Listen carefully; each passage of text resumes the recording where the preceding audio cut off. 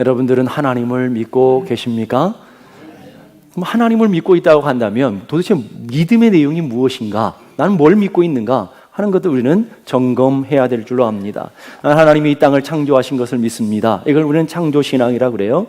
나는 예수 그리스도께서 이 땅에 오시고 나를 위해 십자가에 죽으시고 부활하신 것을 믿습니다. 이건 부활신앙이라고 그래요.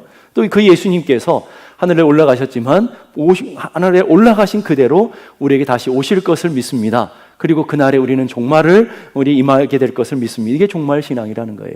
그 신앙들 가운데 우리가 하나 더 첨가되어야 될 게 뭐냐면 하나님이 이 땅을 다 다스리시고 하나님의 손길로 인도하신다라고 하는 섭리의 신앙을 우리는 믿어야 된다라는 거예요. 이 섭리라는 한문은 다스릴 섭자에 다스릴 이자를 써요.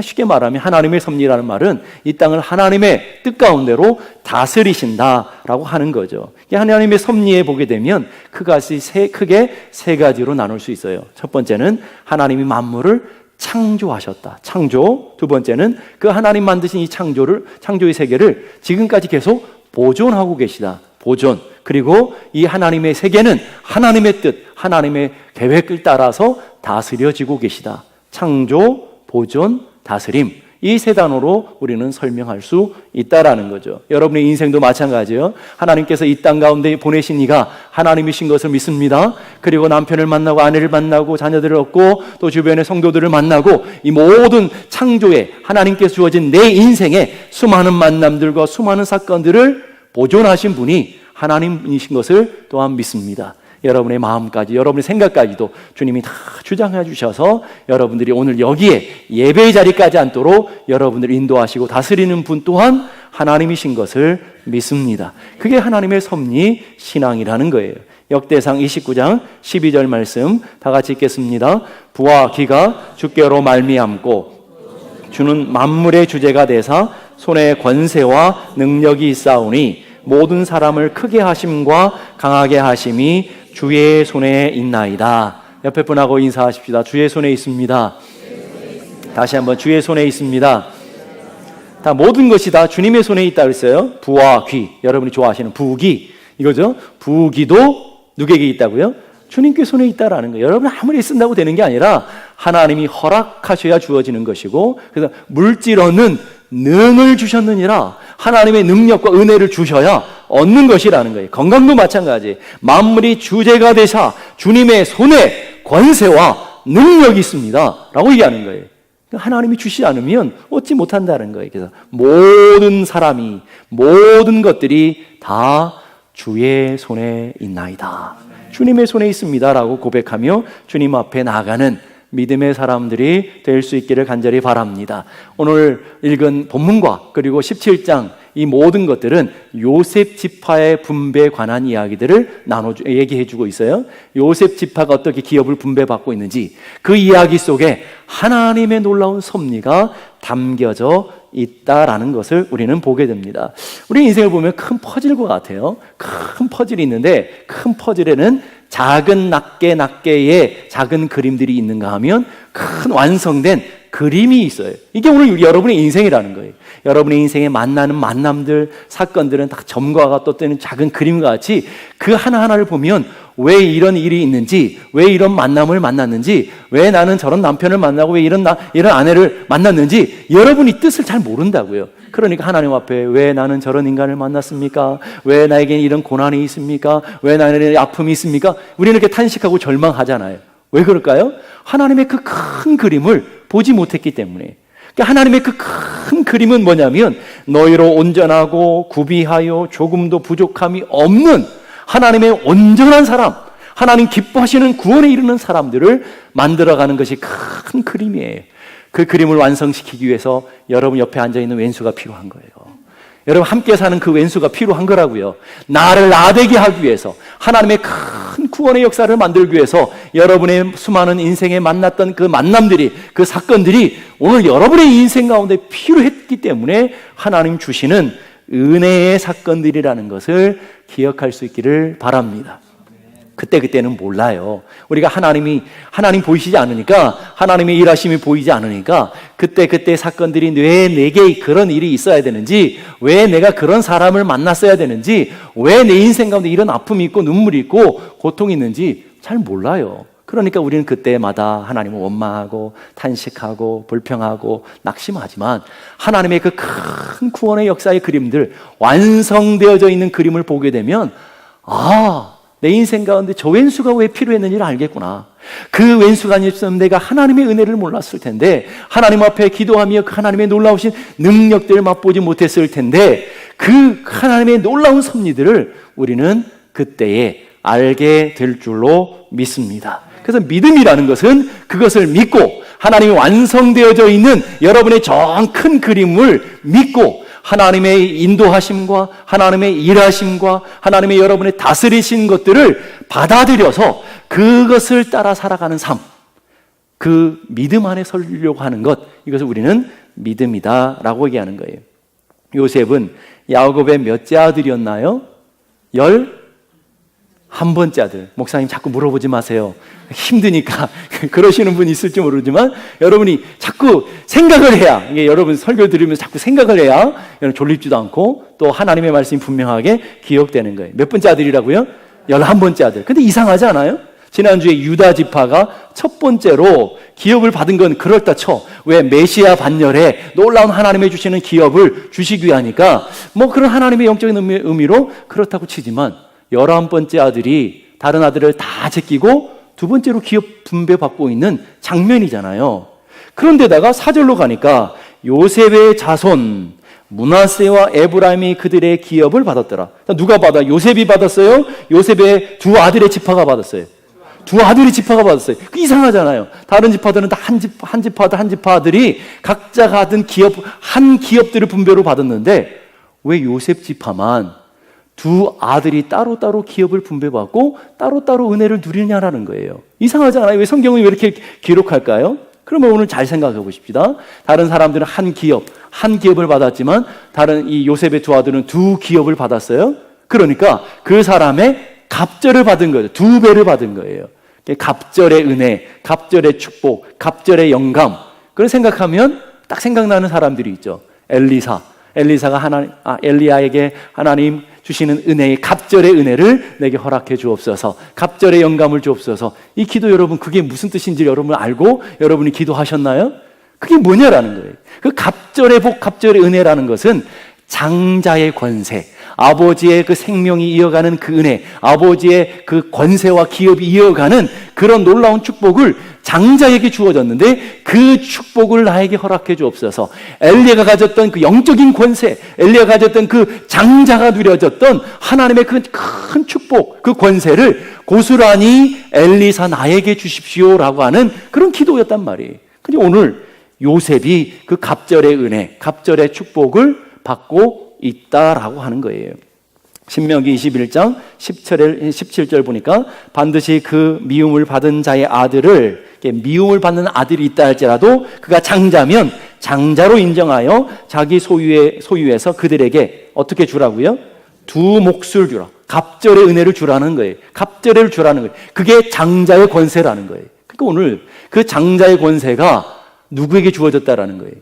요셉 지파에게 주어졌기 때문에 요셉 지파는 므낫세와 에브라임 두 아들이 각자 하나님의 은혜를 누리게 되었다라고 얘기하는 거예요. 그걸 성경이 정확하게 우리에게 얘기해 줘요. 역대상 5장 2절 다 같이 읽겠습니다. 시작. 유다는 형제보다 뛰어나고 주권자가 유다에서 났으나 장자의 명분은 요셉에게 있느니라. 자, 지난주의 말씀과 이번 주의 말씀이 왜 그렇게 해석해야 되는지를 여러분 이해하시죠? 그러니까 하나님이 주시는 메시아의 반열, 하나님이 주시는 놀라운 축복을 이어가는 건 유다가 맞아요. 그러나 혈통적인 장자의 권세는 누구에게 주어졌다고요? 요셉 지파에게 주어졌다라고 얘기하고 있어요. 그럼 그게 우연한 일일까요? 어쩌다 일어나는 걸까요? 아니에요. 창세기 48장으로 가면 하나님께서 그렇게 하시는 은혜가 나타나요. 그래서 하나님 주시는 말씀이 이 여호수아에 와서 완전히 성취되어져 가고 있는 것을 오늘 우리에게 보여주는 거죠. 창세기 48장 5절 말씀 다 같이 한번 읽어보십시다. 시작. 내가 애굽으로 와서 내게 이르기 전에 애굽에서 내가 낳은 두 아들 에브라임과 므낫세는 르우벤과 시므온처럼 내 것이 될 것이니라. 자, 르우벤과 시므온은 야곱의 12 아들들이잖아요. 그런데 누구도요? 에브라임과 므낫세도 내 것이 될 거라는 말은 지금 에브라임과 므낫세는 야곱의 아들이 아니고 누구예요? 손자들이란 말이에요. 손자들인데 손자의 반열이 아니고 그 아버지 아들의 반열에 12 아들의 반열에 집어넣어 버린다라는 거예요. 그래서 이제는 손자가 아니고 내 것이다, 내 아들이다 라고 칭해주고는 12지파를 완성시키고 있다는 것을 여러분이 보게 돼요. 그래서 요셉에게 그 갑절의 은혜가 주어지고 있다는 거예요. 그래서 우리가 하나님의 말씀을 통해서 우리가 분명히 확신하고 기억해야 될 첫 번째가 뭘까요? 하나님의 축복은, 하나님의 언약은 반드시 성취된다.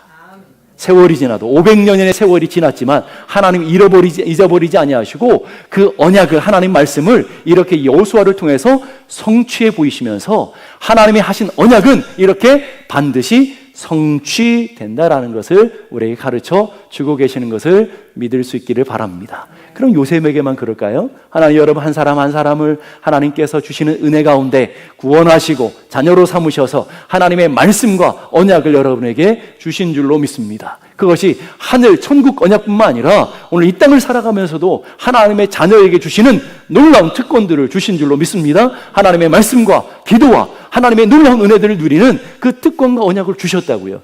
그럼 그 언약이 어떻게 된다고요? 나를 통해서 완전히 성취되어지는 것을 믿으시라는 거예요. 우리는 이렇게 연약하고 부족하지만 그 하나님의 말씀은 살았고 운동력 있고 놀라운 능력과 권능이시기에 나를 통해서 온전하게 성취해내시는 하나님의 언약의 그 위대하심들을 믿을 수 있기를 간절히 바랍니다. 요셉의 두 아들의 이름이 뭐예요? 므낫세와 에브라임이죠. 그럼 누가 장자예요? 므낫세죠. 므낫세가 장자인데 또 놀라운 건 5절에 가보니까 므낫세의 먼저 기업을 장자에게 분배하는 것이 아니라 또 바뀌었네요. 에브라임을 먼저 기업을 분배하고 있어요. 그 말은 이스라엘의 삶의 속에 나타나는 것은 에브라임이 장자의 특권과 은혜를 받았다라는 거죠. 장자의 은혜를 특권을 받았어요. 이게 우연한 일일까요? 여호수아 16장은 에브라임 지파의 분배고 17장은 므낫세 지파의 분배예요. 5절 보니까 에브라임 자손이 그들의 가족대로 받은 지역은 이러하니라. 이게 우연한 일이에요. 또 창세기 48장으로 돌아가면 야곱이 이 두 아들을 축복하죠.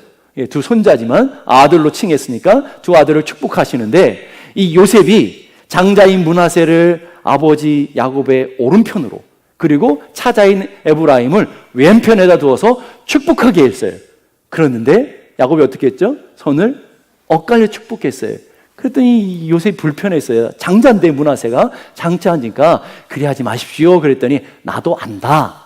나도 알지만 하나님이 그렇게 하기를 원하신다. 하나님이 에브라임을 더 축복하기를 원하시고 에브라임을 통해서 하나님이 주신 장자의 놀라운 축복을 이어가기를 원하신다라고 얘기하는 거잖아요. 그래서 에브라임이 그때 장자가 되어지는 모습을 보게 돼요. 창세기 48장 19절 20절 다 같이 보십시다. 시작. 그의 아버지가 허락하지 아니하며 이르되 나도 안다 내 아들아 나도 안다 그도 한 족속이 되며 그도 크게 되려니와 그의 아우가 그보다 큰 자가 되고 그의 자손이 여러 민족을 이루리라 하고 그날에 그들에게 축복하여 이르되 이스라엘이 너로 말미암아 축복하기를 하나님이 내게 에브라임 같고 므낫세 같게 하시리라 하며 에브라임을 므낫세보다 앞세웠더라. 에브라임을 므낫세 장자보다 앞섰어요. 그 누가 장자로 되어졌다고요? 에브라임이 장자로 되어져서 그 축복이 오늘 여호수아에서 실현되고 있다니까요. 하나님의 말씀이 하나도 토시도 하나 뜨리지 아니하고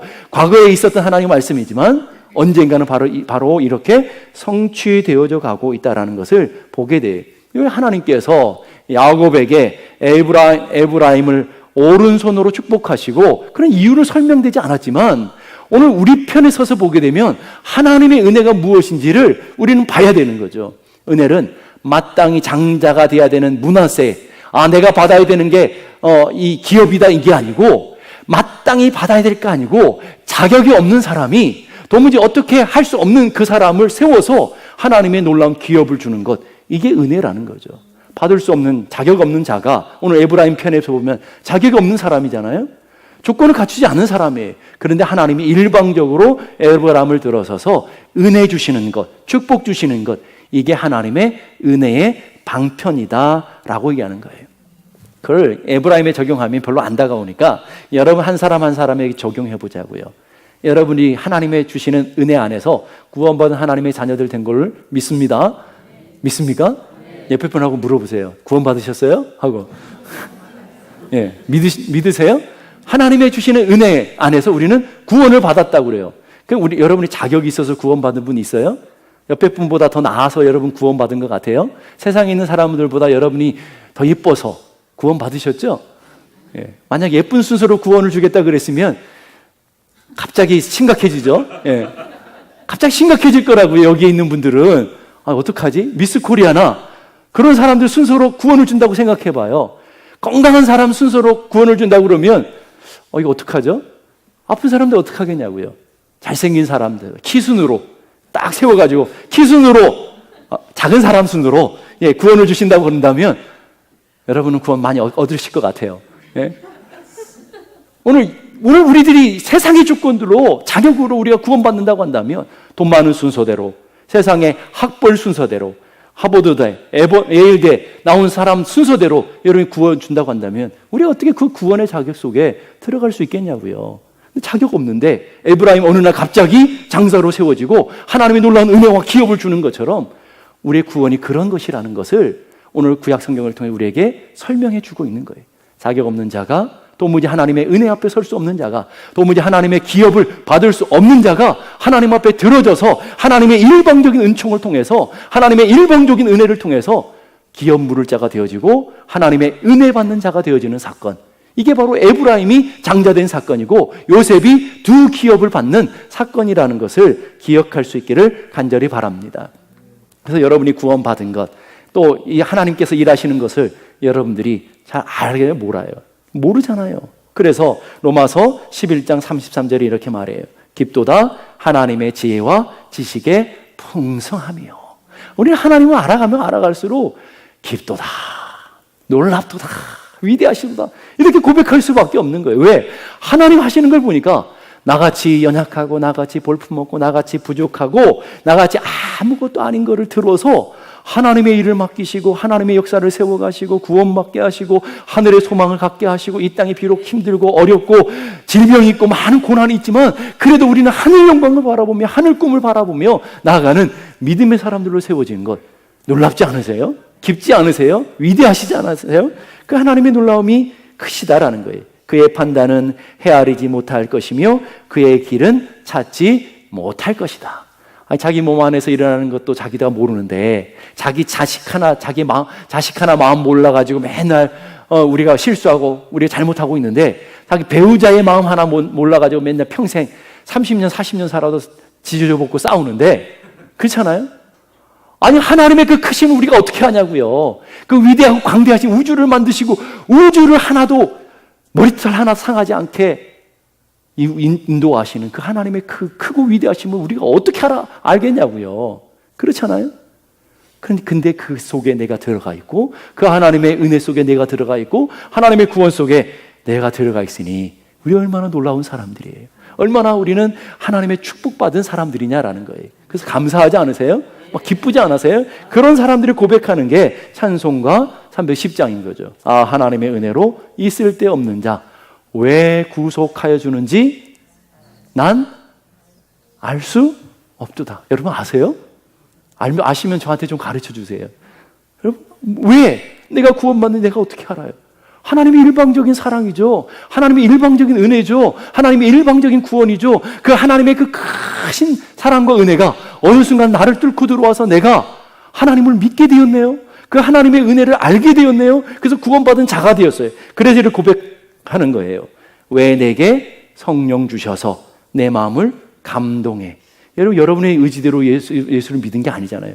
어느 날 그 예수가 믿어지게 되어지고 성령이 내 안에서 일하셔서 그 구원과 그 은혜를 알게 되어졌고 내가 하나님의 자녀 된 것이 너무너무 감사하게 되었었어요. 그래서 주 예수 믿게 되는지 난 알 수 없도다. 이렇게 하나님의 신비를 찬양하게 되는 거죠. 이 찬양을 할 수 있는 사람은 진짜 하나님의 은혜 앞에 서니까 내가 정말 연약하고 부족하고 볼품없는 정말 죄인 중에 괴수라는 것들을 깨달은 사람들은 이 찬양이 무슨 의미인지를 알게 되지만, 아직 은혜를 알지 못하는 사람, 아직 그 성령의 신비한 구원의 역사들을 깨닫지 못한 사람은 이 찬양의 진짜 깊이 심오한 뜻들을 알지 못하는 거죠. 왜 나를 구원하셨는지 아주 의외의 사건 아닙니까? 아주 의외의 사건이에요. 이런 옆에 분 보면서 그러잖아요. 아주 의외야. 하나님 어떻게 저런 사람들을 구원하셨지? 예? 아주 의외야. 이렇게 신비라고 생각하잖아요. 아니, 그 사람이 나를 보면 어떨까요? 의외야, 신비야. 그러지 않겠냐고요, 똑같이. 아니, 어떤 저런 사람이 구원을 받게 됐을까?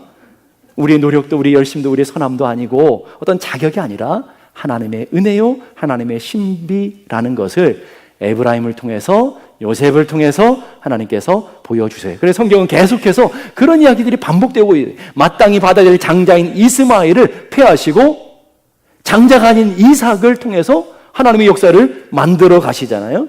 마땅히 세워져야 될 에서, 쌍둥이 에서잖아요. 장자가 에서잖아요. 먼저 나온 에서가 아니라 볼품 먹고 남고 빼앗고 엄마 뱃속에서부터 나올 때 다른 사람을 거 취하는, 속이고 빼앗는 야곱, 약삭 빠른 야곱을 통해서, 도무지 우리가 봐도 저런 게 자격이 되지 않는 그런 야곱을 통해서 하나님의 기업을 이어가는 장자로 세워가시고요. 가인이 아닌 아벨을 통해서 하나님의 은혜의 사건들을 세워가시는 그것, 이게 하나님의 은혜라는 거예요. 그걸 통해 오늘 우리에게 보여주시는 거죠.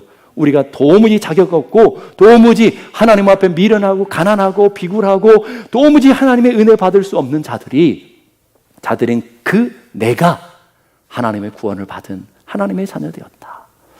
저는 하나님 앞에서 말씀을 증거하지만 늘 단 위에 서 있으면 늘 부족하고 연약해. 하나님 앞에 늘 죄송해요.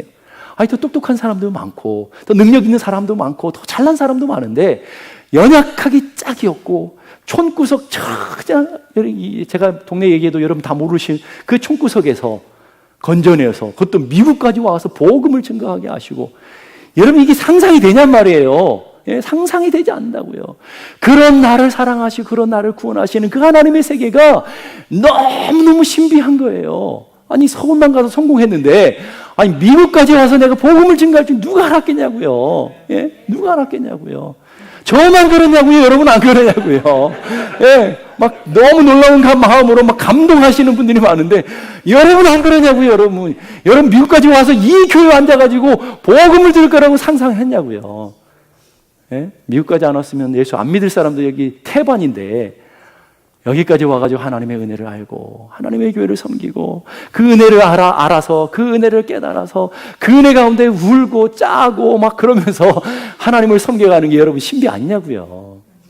예, 그 은혜를 아는 사람은 너무 고맙잖아요. 그래서 사도 바울은 그걸 고백하는 거예요. 고린도전서 1장 27절 29절 다 같이 한번 보십시다. 시작. 하나님께서 세상에 미련한 것들을 택하사 지혜 있는 자들을 부끄럽게 하려 하시고 세상에 약한 것들을 택하사 강한 것들을 부끄럽게 하려 하시며 하나님께 세상에 천한 것들과 멸시받는 것들과 없는 것들을 택하사 있는 것들을 폐하려 하시나니 이는 아무 육체도 하나님 앞에서 자랑치 못하게 하려 하심이니라.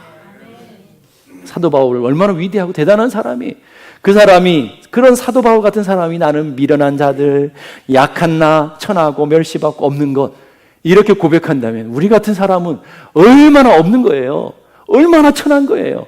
세계 당대 최고의 석학이고 최고의 집안이고 최고의 가문이었던 사람이 없는 자, 부족한 자, 가난한 자, 약한 자라고 고백한다면 우리는 그 사도 바울 앞에 서면 우리는 얼마나 적은 자고 얼마나 천한 자고 얼마나 없는 자예요. 오늘 사도 바울이 고백하는 거예요.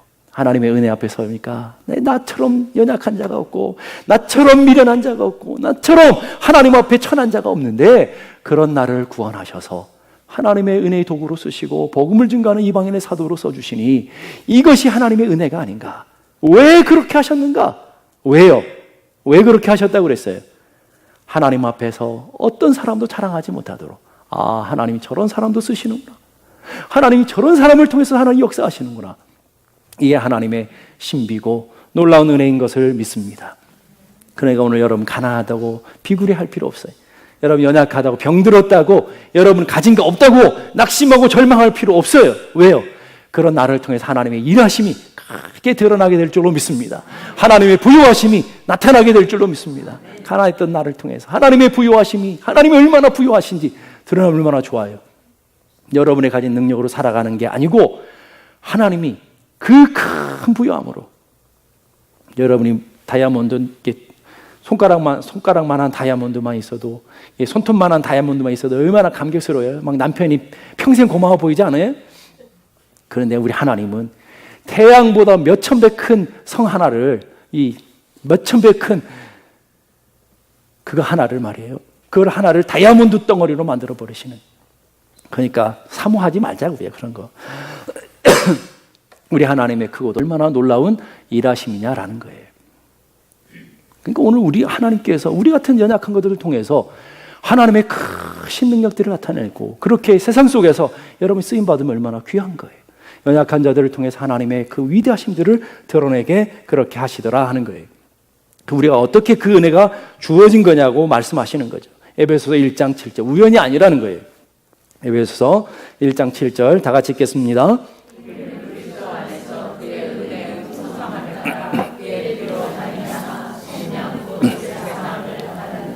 보니까 그의 은혜의 풍성함을 따라, 우리의 자격도 우리의 조건도 아니지만 하나님의 그 풍성하신 그 은혜 때문에 그 은혜가 어떻게 해요? 그의 피로 말미암아. 그의 피가 누구예요? 예수 그리스도의 십자가로 말미암아 우리가 은혜 안에 속량되어져서 은혜 안에 들어가는 자가 되었다라는 거예요. 그런 은혜를 아는 사람들의 반응은 어떻게 해야겠어요? 하나님의 은혜를 얼마나 고마워요. 나 같은 사람들을 택해 주신 은혜가 얼마나 귀해요. 얼마나 감사해요. 그 은혜를 고마워하고 감사하고 그 은혜를 드러내는 것을 우리는 다른 말로 찬양이라고 하는 거예요. 하나님 나 같은 거를 하나님 들어 써주시고, 하나님 나 같은 것을 택하셔서 이런 놀라운 일을 이루어 가시는 그 은혜를 찬송하는 것. 이게 오늘 예배소서 그렇게 얘기하는 거죠. 예배소 1장 3절 7절 다 같이 읽겠습니다. 찬송하리로다. 하나님 곧 우리 주 예수 그리스도의 아버지께서 그리스도 안에서 하늘에 속한 모든 신령한 복을 우리에게 주시되, 곧 창세 전에 그리스도 예수 안에서 우리를 택하사 우리로 사랑 안에서 그 앞에 거룩하고 흠이 없게 하시려고 그 기쁘신 뜻대로 우리를 예정하사 예수 그리스도로 말미암아 자기의 아들들이 되게 하셨으니, 이는 그가 사랑하는 자 안에서 우리에게 거저 주시는 바 그의 은혜의 영광을 찬송하게 하려 하십니다. 자격 없는데, 볼품 없는데 하나님께서 그 크신 신령한 복을 우리에게 부어주셨어요. 창세전부터 우리를 예정하셔서, 여러분 이 땅에 나기도 전에 창세전부터 하나님께서 예정하셔서 그 하나님의 큰 사랑으로 여러분을 품어주시고, 그 은혜, 그 사랑을 여러분에게 다 부어주셔서 여러분 구원받은 하나님의 자녀가 된 것을 믿을 수 있기를 바랍니다. 그래서 그 하나님의 아들들이 되게 장자들이 되게 하셨단 말이에요. 그래서 그 하나님의 놀라운 영광과 존귀하심을 기업으로 받은 하나님의 자녀들이 된 줄로 믿습니다. 별로 행복해 보이질 않으시죠? 그 장자의 권세가 여러분에게 주어지고 그 하나님의 존귀하심과 하나님의 그 영광과 하나님의 부여하심이 다 여러분의 것이 되었다는데 별로 감동이 없으시면, 감격이 없으시면 어떻게 하겠어요? 그 감사와 감격, 그것으로 우리는 평생 뭐 한다고요? 그 하나님을 찬송하게 하시려고, 그 하나님을 찬송하도록 하게. 그래서 저 하늘나라 가면 우리가 평생 해야 돼, 영원히 해야 될 게 뭐죠? 그 하나님을 찬양하는 거예요. 그것을 요한계시록에 보여주죠. 요한계시록 5장 12절 13절 다 같이 읽어보십시다. 시작. 음성으로 이르되 죽임을 당하신 어린 양은 능력과 부와 지혜와 힘과 존귀와 영광과 찬송을 받으시기에 합당하도다 하더라. 내가 또 들으니 하늘 위에와 땅 위에와 땅 아래와 바다 위에와 또 그 가운데 모든 피조물이 이르되 보좌에 앉으신 이와 어린 양에게 찬송과 존귀와 영광과 권능을 세세토록 돌릴지어다. 우리가 그렇게 하는 거예요. 지금부터 여러분이 그거 훈련하시고 그 은혜를 찬송하는 그 연습을 하다 가시는 거라고요. 여러분 어때요? 지난 한 주 동안 그 은혜를 찬송했어요? 아니 왜 저 하나님 저런 인간을 나에게 붙여주셔가지고 왜 내 인생 이런 인생의 쓴뿌리들이 많습니까? 왜 우리는 내 자녀는 이래서 이런 고통이 많습니까? 이런 그럴 게 아니고 여러분이 평생 해야 될 것은 나 같은 죄인 살리신 주 은혜에 놀라와 고백하고 하늘을 두루마리 삼고 바다를 먹물 삼아도 다 기록할 수 없는 그 하나님의 사랑, 그 하나님의 은혜에 놀랍고도 놀랍도다. 난 알 수 없도다. 이렇게 우리가 찬양하며 살아가게 된다는 거예요. 찬양하면서. 아시스의 성자라고 불렸던 프란치스코라는 분을 여러분이 아실 거예요. 어느 날 제자가 프란치스코 스승에게 와서 물었어요. 선생님, 하나님이 선생님을 선택하셔서 이토록 놀라운 기적을 펼치시고 하나님의 놀라운 은혜 가운데 사용하시는 그 이유가 무엇입니까? 그 말은 무슨 말이에요? 나도 선생님처럼 쓰임받고 싶은데 그 비결 좀 가르쳐 주십시오. 이거 아니겠어요? 그랬더니 프란치스코가 한 번 고민하지 않고 이런 얘기를 했어요. 어느 날 하나님이 이 지구를 내려보았지. 그런데 참으로 연약하고 겁이 많고 소심하고 부끄러워하며 아무 일도 못하고 있던 나를 보신 거야. 그리고 하나님은 박수를 치셨어. 그래, 바로 저 사람이야. 내가 저 사람을 통해서 나의 강함과 나의 지혜로움과 나의 놀라움을 나타낼 거야. 그것이 내가 생각할 수 있는 그분이 나를 선택하신 유일한 이유야. 오늘 여러분 택하신 이유가 바로 그거예요. 우리는 부족하고 우리는 연약하기 때문에 하나님께서 여러분들을 택하셔서 여러분 먼저 들어서서 여러분을 통해서 일하시면 하나님의 크심이 드러나고 하나님의 위대하신 것이 드러날 것 같아서 우리를 들어서 쓰시는 것을 믿을 수 있기를 바랍니다. 우리는 그렇게 고백해야 된다라는 거예요. 하나님, 나처럼 연약한, 나처럼 부족한 것 주님 사용해 주시고 써주시니 감사합니다 라고 고백하는 거예요. 할레이 로젠버거라는 사람이 이런 얘기를 해요. 인생은 절묘한 색깔을 가진 여러 탈의 실로 엮어짠 한 폭의 금주단과 같다. 실로 이렇게 여러분 하는 그 있잖아요. 그런 예쁜 그림과 같다라는 거예요. 거기에는 성공의 금 색깔이 들어있기도 하고 고통의 진홍 붉은 색깔 들어있기도 하고 슬픔의 침침한 색깔 들어있다. 그러나 하나님의 은혜로 말미암아 이 모든 것이 놀라운 모양을 이루게 되어지더라. 우리는 지금 하나님의 일하심을 모르니까 내 인생에 왜 고난이 있어야 되는지, 왜 아픔이 있어야 되는지 몰라요. 그러나 여러분의 인생이 그런 C줄과 낫줄이 연결되고 연결되어서 하나님의 역사들을 만들어가는 거죠. 여러분 앞에 어떤 사람들을 만나고 어떤 일들을 만나는 일들이 있지만 다 그 하나님의 뜻과 하나님의 의미를 몰라요. 그러나 분명한 것은 여러분이 나는 모든 만남이 하나님의 섭리 가운데 있는 것이고 모든 사건이 하나님의 섭리 사건이라는 것을 믿을 수 있기를 간절히 바랍니다. 그래서 로마서 8장 28절은 이렇게 고백하는 거예요. 한번 다 같이 고백하십시다. 시작. 우리가 알거니와 하나님을 사랑하는 자 곧 그의 뜻대로 부르심을 입은 자들에게는 모든 것이 합력하여 선을 이루느니라. 여러분의 인생에 이것 좀 지워버렸으면 좋겠다. 우리 인생에 이 사람 좀 지워버렸으면, 내 인생 가운데, 내 인생의 역사 가운데 이 사람 좀 지워버렸으면 더 행복하지 않았을까? 아니라는 거예요. 하나님께서 여러분을 사랑하시는 것을 믿으세요? 하나님께서 여러분들을 얼마나 사랑하시고 얼마나 놀랍도록 일하시는데요. 그리고 하나님은 여러분의 인생을 하나님의 뜻 가운데로 인도하시는 것을 믿습니까? 그러면 또 한 가지 믿어야 되는 것은 모든 여러분의 일하는 모든 것들이 합력하여 뭐를 이루신다고요? 하나님의 선을 이루신다라. 그 모든 것이라는 거예요. 그것은 여러분의 인생에 좋은 일도 있지만 나쁜 일도 있는 거예요. 좋은 만남도 있지만 별로 안 만나고 싶었던 만남도 있다라는 거예요. 여러분 좋은 기억, 그거 사건도 있지만 여러분 인생에 평생 지고 싶은 그런 사건들도 다 포함된 모든 거라는 거예요. 여러분의 인생의 맑은 날뿐만 아니라 비 오고 흐렸던 날들도, 잠잠했던 날뿐만 아니라 바람 부는 날들도, 인생의 역경뿐만 아니라 순경도, 여러분 인생의 건강뿐만 아니라 질병 또한, 여러분 인생의 부여뿐만 아니라 가난 또한, 여러분 인생의 높음뿐만 아니라 낮음 또한, 이 모든 것들을 다 합력하여 선을 이루시는 놀라운 하나님의 은혜를 깨달을 수 있기를 간절히 바랍니다. 그러기에 여러분의 인생의 그 만남은 꼭 있어야 되는 만남이고, 오늘 여러분의 인생의 그 사건은 반드시 있어야 되는 사건이었다라는 거예요. 그래서 우리는 그것을 바라보는 마음 자세가 달라져야 돼요. 근데 고난 때문에 억울하고 만남 때문에 낙심되고 이런 것이 아니라 고난 덕분에 하나님의 사람 되어지고 하나님 주시는 인생의 문제 덕분에 내가 하나님의 거룩한 백성 되어지는, 때문에가 아니라 뭐로 바뀌어져야 된다고요? 뭐로요? 덕분에로 바뀌어져야 돼요. 오늘 여러분 옆에 있는 사람 때문에가 아니라 옆에 있는 사람 덕분에 내가 더 기도하게 되어지고 더 믿음을 따라 살아가게 되는 하나님의 사람 되어진 것을 믿습니다. 그 원수 때문에, 여러분 남편 여러분 아니고 왼수죠? 그 왼수 때문이 아니고 그 왼수 덕분에 여러분이 구원받은 거라고요.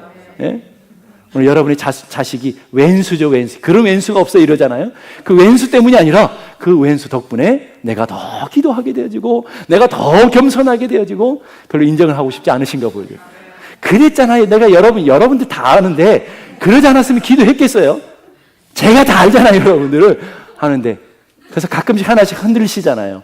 그 왼수들을 흔들어가지고 기도하게 하시고 그 왼수들을 흔들어가지고 하나님 앞에 나오게 하시고 맞죠? 부정하기 싫어도 맞다고요.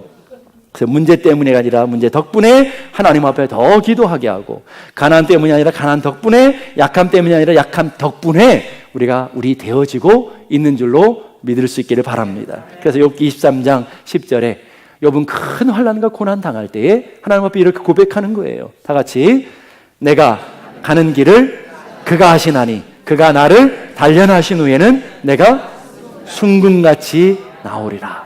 믿으세요? 나의 가는 길 누가 하셔요? 누가 하신다고요? 믿기는 하시는 거예요? 내가 가는 길 누가 하셔요? 그 하나님 실수하지 않으실 걸 믿으시죠? 그럼 오늘 여러분 만남은 하나님이 주신 놀라운 은혜와 축복의 만남이라 너의 만남은 놀라운 축복이라 주의 은혜라 이렇게 고백하는 줄로 믿습니다. 오늘 여러분의 인생에 만나는 사건 모든 것이 다 하나님의 은혜라는 거. 왜? 그분은 실수하지 않으니까. 나는 실수한 것 같은데 난 실수로 그 인간을 만났어. 그건 확실해요. 그렇지만 하나님은 실수하지 않으신다니까요. 나는 실수로 그 인간을 낳았어. 그래, 실수한 것 같아. 그렇지만 하나님 실수하지 않는다니까요. 다 이 땅에 필요한 거예요. 여러분 인생에 실수로 여러분 교회 성도들을 만나는 것 같지만 아니라는 거예요. 그래서 도망가면 내 인생이 해결될 것 같고 도망가면 내 인생의 문제가 해결될 것 같은데 그게 아니라는 거예요. 하나님 더 큰 고난으로 만나게 하셔야 된다니까요. 왜? 나를 깎으셔야 되니까. 나를 변화시켜야 되니까. 내가 정금같이 나오기 위해서는 반드시 통과해야 되는 과정이 있다고 그랬어요. 어떤 과정이에요? 저를 보지 마시고 성경 구절을 보시네. 어떤 과정이에요?